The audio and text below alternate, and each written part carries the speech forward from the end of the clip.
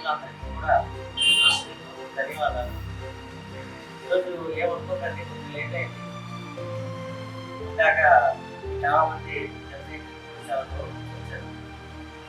మీ అభిమానానికి అసలు నేను ఏం చెప్పాలో నాకు అర్థం అవ్వట్లేదు. ప్రస్తుతానికి అయితే అందరికీ సంక్రాంతి శుభాకాంక్షలు. ఈ నూతన సంవత్సరం మనకి అలాగే మన పార్టీకి అందరికీ కూడా బాగుండాలని, అందరూ కూడా మంచి పొజిషన్స్ చేసుకోవాలని మనస్ఫూర్తిగా కోరుకుంటున్నాను. అయితే ఈరోజు మీ అందరికీ కలవడం కూడా నాకు చాలా ఆనందంగా ఉంది. ఎందుకంటే పండగ రోజు అందరూ కూడా ఫ్యామిలీ మెంబర్స్ గడపాలని అనుకుంటున్నాను. మరి మీరందరూ కూడా మనకు ఫ్యామిలీ మెంబర్స్ సమానం కాబట్టి మీ అందరికీ ఈరోజు కలవడం నాకు చాలా ఆనందంగా ఉంది. అయితే ఇప్పుడు కూడా మేము మాట్లాడాలి. ఈరోజు ఏంటంటే మీకు ఒక అవకాశం ఇచ్చి మీలో ఉన్న లోపల ఉన్న ఉద్దేశాలు ఏంటి, మన పార్టీని జనసేన పార్టీని ముందుకు ఎలా తీసుకెళ్దాం, మీరు మా నుంచి ఏంటి ఎక్స్పెక్ట్ చేస్తున్నారు, నాయకులు అని చెప్పుకుంటున్న మేము మా నుంచి మీరు ఏంటి ఎక్స్పెక్ట్ చేస్తున్నారు, అది ఈ సంక్రాంతి రోజు మీ ద్వారా మాకు తెలిస్తే ఏవైనా తప్పులు ఉంటే అవి సరిదిద్దుకొని అందరినీ కలుపుకుంటూ జనసేన బలపడాలి. జనసేన బలపడి జనసేన రోలింగ్లో వస్తే ఆటోమేటిక్గా అందరం కూడా ఏదో ఒక పోస్ట్ అందరికీ వస్తుంది. సో మనందరి తాలూకా ఫైనల్ ఆబ్జెక్టివ్ ఏమవ్వాలి, మనం పవర్లో కావాలి. అదే తీరిన తర్వాత మంచిగా బాధలు కానీ మనకి రాలేదు, కానీ మనకి ఆ షార్టేజ్ అయితే ఉంటుంది. సో మనందరం కూడా జనసేన స్ట్రాంగ్ అవ్వడానికి మన తాలూకు ప్రయత్నాలు మనం చేసుకోవాలి.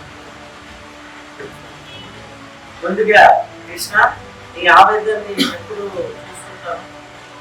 మీ మంచిగా పడుతున్న కష్టాలతో పాటు మన జనసేన పార్టీని ముందుకు ఎలా తీసుకెళ్దాం అనే విషయాల్ని కొద్దిగా షేర్ చేసుకుంటే మేము అర్థం చేసుకుంటాం.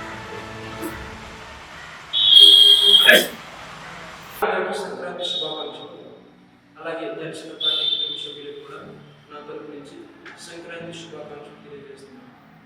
విషయం ఏంటంటే, నా పేరు చేతి కృష్ణయ్య, కూర్చుకోవడం పంచేది ఇచ్చామూరు.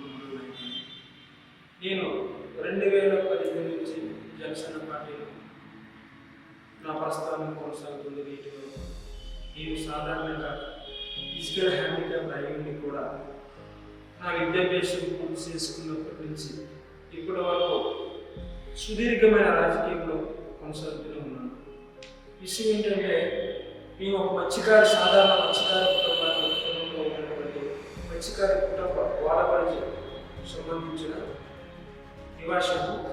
నాది కూచిపూడి పంచాయతీ దొంగూరి గ్రామంలో ఉన్న తీర ప్రాంతానికి దగ్గరగా ఉన్నటువంటి మత్స్యకారుని. ఆ కుటుంబం నుంచి వచ్చినాను కాబట్టి విషయం ఏంటంటే, ఇక్కడ చాలామంది మత్స్యకారుని రాజకీయ నాయకులు ఏంటంటే ఏదో చేసేస్తామని చెప్తున్నారు, కానీ ఏమీ చేయలేకపోతున్నారు. మత్స్యకారుల హామీ ఏంటంటే, ఏవుకులు 4కి చెద్దనము ఉల్లిపై పెట్టుకొని తన ప్రాణాన్ని పరంగా పెట్టి లోపలికి వెళ్తారండి యాడ్ చేసుకోవడానికి. తిరిగి ఇంటికి వస్తారని ఆశ కూడా గ్యారెంటీ ఉంది. అలాంటి జీవనంలో పుట్టిమిట్లాడుకుంటూ ఈరోజు వ్యాట్ చేసుకుంటూ ఫ్యామిలీని పోషించుకుంటున్నారు. కనీసం ఫ్యామిలీ పోషించుకుంటున్న ఒక జీవనోపాధి కూడా మాకు లేకుండా అయిపోతుంది. విషయం ఏంటంటే, వ్యాట్ చేసుకున్న తరుణంలో ఆ అలల కెరటాలు తాకిడికి ఒడ్డుకి వచ్చే సమయంలో ఓటు తిరగబడి ప్రాణాలు కోల్పోయినా సరే ప్రభుత్వం నుంచి మాకు రూపాయి కూడా ఎక్స్ప్రెషన్ ప్రకటించలేదు. ఎలక్షన్స్ ముందు అందరూ అన్ని పార్టీ వాళ్ళు మీకు ఎక్స్ప్రెషన్ ప్రకటిస్తాం, మీకు అండగా ఉంటాం అనుకున్నాను. కానీ ఇదివరకు ఏ ఒక్కరు కూడా చేయలేదు. ఆమె ఏంటంటే మంచిగా పెట్టుకున్నారు. ఇవైతే గంగమ్మ నమ్మకం ఏదో సముద్రంలో తెచ్చుకున్న చిన్న పడక చేపలు తెచ్చుకున్న దేవుడు పట్టుకుంటున్నాం. కానీ ఈరోజు మేము ఎవరికూ అన్యాయం చేయట్లేదు.